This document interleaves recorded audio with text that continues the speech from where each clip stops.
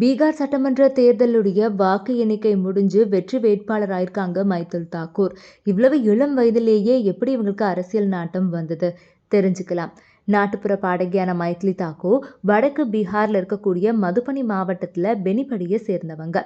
ஆரம்ப கால பள்ளி படிப்புக்கு அப்புறமா அவங்களுடைய குடும்பம் இசை பயிற்சிக்காக டெல்லிக்கு குடிபெயர்றாங்க. துவாரகால இருக்கக்கூடிய பால்பவன் சர்வதேச பள்ளியில கல்வியை தொடர்ந்த இவங்க டெல்லி பல்கலைக்கழகத்தின் கீழ் இருக்கக்கூடிய ஆத்மராம் சன்னதான் தர்ம கல்லூரியில இசை பயிற்சியை முடிக்கிறாங்க. அதுக்கப்புறமா தன்னுடைய சகோதரர்களான ரிஷவ் மற்றும் அயாச்சியோட இணைந்து போஜ்புரி நாட்டுப்புற நிகழ்ச்சிகளை நடத்தி வராங்க. பீகாரின் இசை பாரம்பரியத்தை பாதுகாப்பவங்க அப்படின்னு அறியப்படக்கூடிய இவங்க சங்கீத நாடக அகாடமியின் உஸ்தாத் பிஸ்மில்லா கான் யுவ புஸ்கார் அப்படிங்கிற விருதுகளை கூட வாங்கியிருக்காங்க. பக்தி இசையில பயிற்சி பெற்ற பாடகி இந்த ஆண்டு ஜூலை 25 அன்னைக்கு 25வது பிறந்த நாளை கொண்டாடினாங்க. அதிலிருந்து 3 மாதங்களுக்கு அப்புறமா சட்டமன்ற தேர்தலில் தர்பங்கா மாவட்டத்தில் இருக்கக்கூடிய அலிநகர் தொகுதியில இருந்த பாரதிய ஜனதா கட்சியினுடைய வேட்பாளராக போட்டியிடுவேன்னு அறிவிப்பு வெளியிட்டாங்க. அதுக்கப்புறமா வேட்புமனு தாக்கல் செய்யறதுக்கு சில நாட்களுக்கு முன்னாடி அதிகாரப்பூர்வமா தன்னை பாஜகவில் இணைச்சுக்கிட்டாங்க. அப்போ கட்சி எனக்கு எந்த வேலையை ஒதுக்குனாலும் அதை நான் முழு அர்ப்பணிப்போட செய்வேன் அப்படின்னு சொல்லியிருந்தாங்க.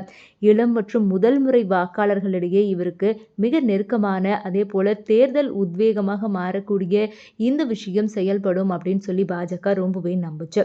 இந்த தேர்தலில் போட்டியிடுறது பற்றி அவங்க என்ன சொல்லியிருந்தாங்க அப்படின்னா, நிஜமாலுமே எனக்கு ரொம்ப மனநிறைவை தரக்கூடிய ஒரு விஷயம்.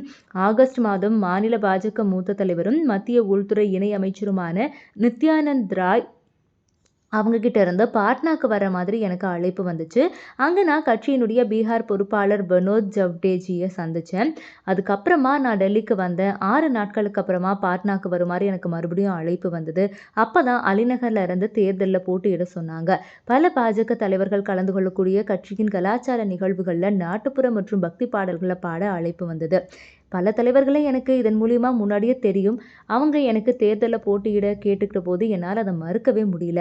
நான் எம்எல்ஏவா ஆனதும் நிறைய விஷயங்கள் பண்ணலாங்கிற ஒரு பிளான்ல இருக்கேன். குறிப்பாக பெண் குழந்தைகளுடைய கல்விக்காகவும் வேலையற்ற இளைஞர்களுடைய வேலை வாய்ப்புக்காகவும் ஏதாவது செய்யணும் அப்படிங்கிற என்னுடைய கருத்தாக இருக்குங்கிறத சொல்லியிருந்தாங்க. எம்எல்ஏ ஆன உடனே என்னை பற்றி வேட்பாளராக தேர்வு செய்த பிரதமர் மோடிக்கு நான் கண்டிப்பாக நன்றியை தெரிவிப்பேன் அப்படிங்கிற விஷயத்தையுமே அவங்க பதிவு பண்ணியிருந்தாங்க. இளம் வயதினர் எல்லாருமே அரசியலுக்கு வரக்கூடிய விஷயம் மக்கள் மத்தியில் ரொம்ப நாடு முன்னேற்ற பாதையை நோக்கி போயிட்டு இருக்கு அப்படிங்கிற ஒரு கருத்து கொண்டு வந்து வைக்கிற மாதிரியான விஷயங்களை ஏற்படுத்திக்கிட்டு இருக்கு. எல்லோருமே இவங்களுக்கு பாராட்டுக்களை தெரிவிச்சுக்கிட்டு இருக்காங்க.